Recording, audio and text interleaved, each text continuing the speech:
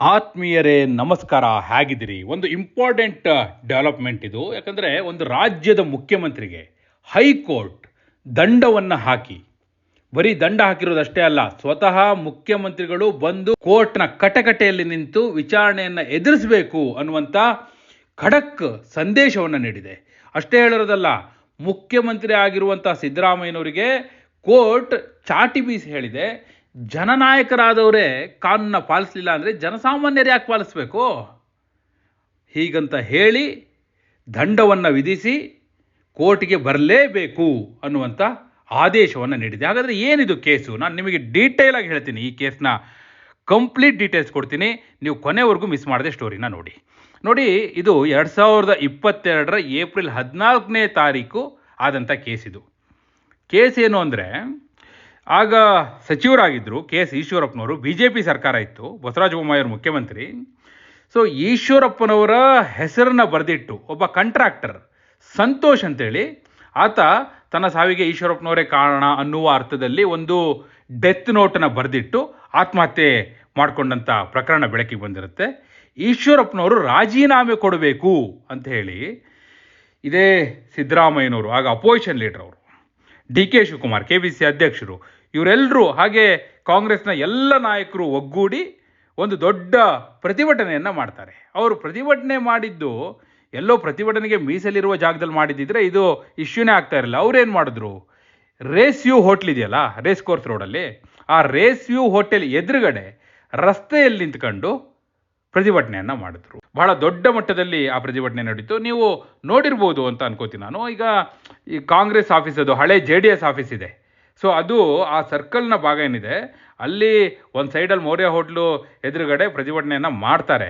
But ಇವರೇನು ಮಾಡಿದ್ರು, ಇಡೀ ರಸ್ತೆಯನ್ನು ಕವರ್ ಮಾಡಿಕೊಂಡು ಅವತ್ತು ಪ್ರತಿಭಟನೆಯನ್ನು ಮಾಡಿದರು. ಅದರಿಂದ ಸಾರ್ವಜನಿಕರ ಸಂಚಾರಕ್ಕೆ ಅಡ್ಡಿ ಉಂಟಾಗಿತ್ತು, ಟ್ರಾಫಿಕ್ ಜಾಮ್ ಆಯಿತು, ಸಂಚಾರ ದಟ್ಟಣೆ ಉಂಟಾಯಿತು ಅನ್ನುವ ಒಂದು ಆಪಾದನೆಯನ್ನು ಅವರು ಎದುರಿಸಬೇಕಾಯಿತು. ಹಾಗೆ ಹೈಗ್ರೌಂಡ್ಸ್ ಪೊಲೀಸ್ ಸ್ಟೇಷನ್ಲಿ ಕೇಸ್ ಕೂಡ ಆಗಿತ್ತು. ಆಗ ಇವರೆಲ್ಲ ಆರೋಪಿಗಳಿದ್ದರು ಅದರಲ್ಲಿ, ಸಿದ್ದರಾಮಯ್ಯನವರು, DK ಶಿವಕುಮಾರ್, ಸಲೀಂ ಅಹಮದ್, ರಾಮಲಿಂಗಾರೆಡ್ಡಿ, ರಣದೀಪ್ ಸಿಂಗ್ ಸುರ್ಜೇವಾಲಾ, ನಾರಾಯಣ ಸ್ವಾಮಿ, ಇವರೆಲ್ಲರೂ ಕೂಡ ಅದರಲ್ಲಿ ಆರೋಪಿಗಳ ಹೆಸರಲ್ಲಿ ಇತ್ತು, ಅವರದೆಲ್ಲರೂ ಕೂಡ ಹೆಸರು.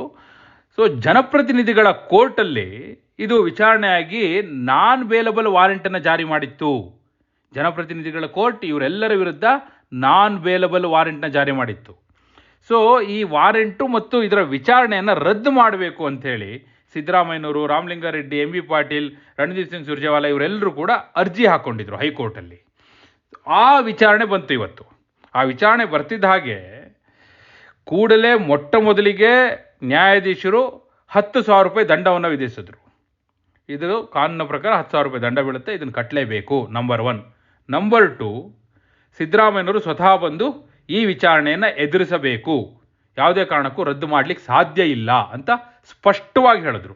ಆಗ ಸಿದ್ದರಾಮಯ್ಯನವ್ರ ಪರ ವಕೀಲರು ಹಾಗೂ ಕಾಂಗ್ರೆಸ್ ಮುಖಂಡರ ಪರವಾಗಿ ಏನಿದ್ರು ವಕೀಲರು, ಅವರು ಒಂದು ಮನವಿ ಮಾಡ್ತಾರೆ, ಇಲ್ಲ ಅವರು ಮುಖ್ಯಮಂತ್ರಿಗಳಿದ್ದಾರೆ, ಒಂದು ಮೇಲ್ಮನವಿ ಸಲ್ಲಿಸಬೇಕು ಅಂತ ಇದ್ದೀವಿ ಇದ್ರ ವಿಚಾರವಾಗಿ, ಅಲ್ಲಿವರೆಗೂ ಈ ವಿಚಾರಣೆಗೆ ತಡೆ ಕೊಡಿ, ಈ ಆದೇಶಕ್ಕಾದರೂ ತಡೆ ಕೊಡಿ ಅಟ್ಲೀಸ್ಟ್ ಅಂತ ಹೇಳಿ ಕೇಳ್ತಾರೆ. ಆಗ ನ್ಯಾಯಾಧೀಶರು ಮತ್ತಷ್ಟು ಗರಂ ಆಗ್ತಾರೆ. ಅಲ್ರಿ, ಜನಪ್ರತಿನಿಧಿಗಳೇ ಕಾನೂನನ್ನ ಪಾಲಿಸದೆ ಹೋದರೆ, ಯಾರು ಜನರಿಂದ ಆಯ್ಕೆಯಾಗಿದ್ದಾರೆ ಅವರೇ ಕಾನೂನನ್ನ ಪಾಲಿಸದೆ ಹೋದರೆ ಇನ್ನು ಜನ ಯಾಕೆ ಪಾಲಿಸ್ತಾರೆ? ಜನಸಾಮಾನ್ಯರು ಯಾಕೆ ಪಾಲಿಸಬೇಕು? ಅದು ಕೂಡ ಮಧ್ಯಾಹ್ನ ಬೆಂಗಳೂರು ಸಿಟಿಯ ಹಾರ್ಟ್ ಆಫ್ ದಿ ಸಿಟಿಯಲ್ಲಿ ನಿಂತ್ಕೊಂಡು ಇವರು ಪ್ರೊಟೆಸ್ಟ್ ಮಾಡಿಬಿಟ್ಟು ಅಲ್ಲಿ ಸಂಚಾರ ದಟ್ಟಣೆ ಉಂಟಾಗಿ ಸಾರ್ವಜನಿಕರಿಗೆಲ್ಲ ತೊಂದರೆ ಉಂಟಾಗಿದೆ ಅಂದರೆ ಅದೊಂದು ರೀತಿ ಸಿಟಿ ಲೈಫಿಗೆ ಟಾರ್ಚರ್ ಅನ್ನುವಂಥ ಹಣೆಪಟ್ಟಿ ಬರಲಿಕ್ಕೆ ಕಾರಣವೇ ಇಂಥ ಪ್ರತಿಭಟನೆಗಳು. ಇದರಿಂದ ಜನರಿಗೆ ಕಷ್ಟ ಆಗ್ತಾ ಇದೆ, ವಾಹನ ಸವಾರರಿಗೆ ಕಷ್ಟ ಆಗ್ತಾ ಇದೆ. ಸೊ ಇದನ್ನು ಒಪ್ಲಿಕ್ಕೆ ಸಾಧ್ಯ ಇಲ್ಲ ಅಂತಾರೆ ನ್ಯಾಯಾಧೀಶರು. ಹಾಗೆ ಹೇಳಿಬಿಟ್ಟು, ಮೊದಲು ಯಾರು ಜನನಾಯಕರಿದ್ದಾರೆ ಅವರು ಕಾನೂನನ್ನ ಪಾಲಿಸಬೇಕು. ಅವರು ಶಾಸಕರು ಅಂದರೆ ಶಾಸನವನ್ನು ರೂಪಿಸುವವರು, ಅವರೇ ಮಾಡಿರುವಂಥ ಕಾನೂನು ಅವರೇ ಪಾಲಿಸಲ್ಲ ಅಂದರೆ ಇನ್ನು ಪಾಲಿಸೋದು ಯಾರು? ಸೊ ಸಹಜವಾಗಿ ಹೈಕೋರ್ಟ್ ಈ ವಿಚಾರವನ್ನು ಅತ್ಯಂತ ಗಂಭೀರವಾಗಿ ಪರಿಗಣಿಸಿ ಸಿದ್ದರಾಮಯ್ಯನವರಿಗೆ ಹಾಗೂ ಕಾಂಗ್ರೆಸ್ ಮುಖಂಡರಿಗೆಲ್ಲ ತಲಾ 10,000 ರೂಪಾಯಿ ದಂಡವನ್ನು ವಿಧಿಸಿ ಅವರೇ ಖುದ್ದು ಮಾರ್ಚ್ 6ನೇ ತಾರೀಕು ಜನಪ್ರತಿನಿಧಿಗಳ ನ್ಯಾಯಾಲಯಕ್ಕೆ ಹಾಜರಾಗಬೇಕು ಅಂಥೇಳಿ ಆದೇಶವನ್ನು ನೀಡಿದೆ. ಈಗ ಸಿದ್ದರಾಮಯ್ಯನವರು ಹಾಗೂ ರಣದೀಪ್ ಸಿಂಗ್ ಸುರ್ಜೇವಾಲಾ, ರಾಮಲಿಂಗಾರೆಡ್ಡಿ ಅವರು, MB ಪಾಟೀಲ್ರು ಇವರೆಲ್ಲರೂ ಕೂಡ ಕೋರ್ಟ್ನ ಕಟಕಟೆಗೆ ಬಂದು ನಿಲ್ಲಬೇಕು ಅನ್ನುವಂಥ ಆದೇಶವನ್ನು ಮಾಡಿದೆ. ನೋಡಿ, ಈ ಆದೇಶ ಯಾವ ಸಂದರ್ಭದಲ್ಲಿ ಬಂದಿದೆ ಅನ್ನೋದನ್ನು ಕೂಡ ನೀವು ಸೂಕ್ಷ್ಮವಾಗಿ ಗಮನಿಸಬೇಕು. ನಾಳೆ ದೆಹಲಿಯಲ್ಲಿ ಜಂತರ್ ಮಂತರಲ್ಲಿ ಈ ಎಲ್ಲ ನಾಯಕರು, ಸಿದ್ದರಾಮಯ್ಯನವರು, D K Shivakumar, Randeep Singh Surjewala, Ramalinga Reddy, M B Patil ಸೇರಿದಂತೆ ಎಲ್ಲ ಸಚಿವರು, ಎಲ್ಲ ಶಾಸಕರು, ಎಲ್ಲ MLCಗಳು, MP ಗಳು ಪ್ರತಿಭಟನೆ ಮಾಡಲಿಕ್ಕೆ ಹೋಗಿದ್ದಾರೆ. ನಾಳೆ ಇಷ್ಟೊತ್ತಿಗೆ ಪ್ರತಿಭಟನೆ ನಡೀತಾ ಇರುತ್ತೆ.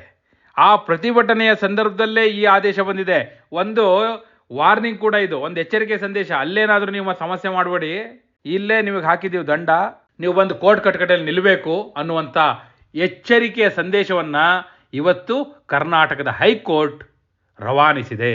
ಬಹುಶಃ ನಿಮ್ಗನ್ಸ್ಬೋದು ಏನು ಟ್ರಾಫಿಕ್ ತೊಂದರೆ ಮಾಡಿದ ದೊಡ್ಡ ಕೇಸಾ ಅಂಥೇಳಿ. ಬಟ್ ಯೋಚನೆ ಮಾಡಿ, ಬೆಂಗಳೂರಲ್ಲಿ ಟ್ರಾಫಿಕ್ ಜಾಮ್ ಅನ್ನೋಂಥದ್ದು ಎಂಥ ದೊಡ್ಡ ಟಾರ್ಚರ್ ಆಗಿದೆ ಅಂಥೇಳಿ. ಎಲ್ರಿಗೂ ಇದು ಅನ್ವಯಿಸಬೇಕು ಅಷ್ಟೇ. ಕೇವಲ ಸಿದ್ದರಾಮಯ್ಯನವರಿಗೆ, ಡಿ ಕೆ ಶಿವಕುಮಾರ್ ಅಷ್ಟೇ ಅಲ್ಲ, ಈಗ BJP ಅಪೋಸಿಷನ್ಲಿದೆ ಇಲ್ಲಿ. ನಾಳೆ BJPಯವರು ಪ್ರೊಟೆಸ್ಟ್ ಮಾಡ್ಬೋದು. ಸೊ ಅವರಿಗೂ ಕೂಡ ಅನ್ವಯಿಸಬೇಕಾಗುತ್ತೆ. ಯಾಕಂದರೆ ಜನರ ಹಿತ ಬಹಳ ಮುಖ್ಯ. ಈ ಕೋರ್ಟ್ನ ಆದೇಶದ ಉದ್ದೇಶ ವಾಹನ ಸವಾರರ ಹಿತ, ಪ್ರಯಾಣಿಕರ ಹಿತ, ಜನಸಾಮಾನ್ಯರ ಹಿತ. ಆ ಉದ್ದೇಶದಿಂದ ಈ ಆದೇಶವನ್ನು ಕೊಟ್ಟಿರೋದ್ರಿಂದ ಇದು ಎಲ್ಲರಿಗೂ ಕೂಡ ಅಕ್ರಾಸ್ ದಿ ಪಾರ್ಟಿ ಮುಂದೆಯೂ ಕೂಡ ಇಂಥ ಆದೇಶಗಳು ಬರಬೇಕು. ಆಗಲಾದರೂ ಬಹುಶಃ ನಮಗನ್ಸುತ್ತೆ ಬೆಂಗಳೂರಲ್ಲಿ ಏನು ದಿನಾ ಬೆಳಗ್ಗೆ ಇದ್ದರೆ ಅಲ್ಲಿ ಪ್ರೊಟೆಸ್ಟು, ಇಲ್ಲಿ ಪ್ರೊಟೆಸ್ಟು, ಇಲ್ಲಿ ಗಲಾಟೆ, ಅಲ್ಲಿ ಗಲಾಟೆ, ಅಲ್ಲಿ ರಸ್ತೆ ತಡೆ, ಇಲ್ಲಿ ಮತ್ತೊಂದು ಅಂತಲಿ ಯಾರ್ಯಾರು ಕೆಲಸಕ್ಕೆ ಹೋಗ್ತಾರೆ ಅವರಿಗೆಲ್ಲ ತೊಂದರೆ ಆಗಿ ಟ್ರಾಫಿಕ್ ಜಾಮ್ ಆಗುತ್ತೆ. ಅದಕ್ಕೊಂದು ಫುಲ್ ಸ್ಟಾಪ್ ಬೀಳ್ಬೋದು ಅಂತ ಅನಿಸುತ್ತೆ. Let us wait and see. ಬಹುಶಃ ಈ ಒಂದು ತೀರ್ಪೇನಿದೆ ಒಂದು ರೀತಿ ಒಂದು ಮೇಲ್ಪಂಕ್ತಿಯನ್ನು ಹಾಕ್ತಾ ಇದ್ದಾರೆ. ಮುಖ್ಯಮಂತ್ರಿಗಳನ್ನೇ ಕಟಕಟೆಗೆ ಬಂದು ನಿಲ್ಲಬೇಕು ಅಂತ ಹೇಳಿದ್ದಾರೆ. ನೋಡೋಣ ಏನು ಮಾಡ್ತಾರೆ ಸಿದ್ದರಾಮಯ್ಯನವರು. ಬಹುಶಃ ಅವ್ರು ಬಂದು ನಿಲ್ಲಿಕ್ಕಿಲ್ಲ, ಏನಾದರೂ ಒಂದು ಮಾಡ್ತಾರೆ. ಅವರು ಮೇಲ್ಮನವಿ ಹಾಕೋತಾರೆ, ಮೇಲ್ಮನವಿ ಹಾಕಿ ತಡೆ ಕೋರ್ತಾರೆ, ಅವ್ರು ಮುಖ್ಯಮಂತ್ರಿಗಳಿದ್ದಾರೆ ಅನ್ನೋದನ್ನು ಮತ್ತೆ ಗಮನಕ್ಕೆ ತರ್ತಾರೆ. ಏನೋ ಒಂದು ಮಾಡಿ ಇನ್ಫ್ಲೂಯೆನ್ಸ್ ಬಳಸಿ ಕೋರ್ಟಿಗೆ ಹೋಗದೇ ಇರೋ ರೀತಿ ಮಾಡ್ಕೋಬೋದು. ಆದರೆ ಇಂಥದ್ದೊಂದು ಆದೇಶವನ್ನು ಕೊಡುವ ಮೂಲಕ ಎಲ್ಲ ರಾಜಕಾರಣಿಗಳಿಗೆ, ಎಲ್ಲ ಜನಪ್ರತಿನಿಧಿಗಳಿಗೆ, ಎಲ್ಲ ಜನನಾಯಕರಿಗೆ ಒಂದು ಎಚ್ಚರಿಕೆಯ ಸಂದೇಶವನ್ನಂತೂ ರವಾನೆ ಮಾಡಿದೆ. ಅಷ್ಟರ ಮಟ್ಟಿಗೆ ನಾವು ಈ ಒಂದು ತೀರ್ಪನ್ನು, ಈ ಆದೇಶವನ್ನು ಅಪ್ರಿಷಿಯೇಟ್ ಮಾಡಲೇಬೇಕು. ಏನಂತೀರಿ? ನಿಮ್ಮ ಅಭಿಪ್ರಾಯವನ್ನು ಕಮೆಂಟ್ ಮಾಡಿ. ಹಾಗೆ ನೀವು ಇನ್ನೂ ನಮ್ಮ ಚಾನಲ್ನ ಸಬ್ಸ್ಕ್ರೈಬ್ ಮಾಡಿಲ್ಲ ಅಂದರೆ ಈ ಕೂಡಲೇ ಸಬ್ಸ್ಕ್ರೈಬ್ ಮಾಡಿ. ಧನ್ಯವಾದ.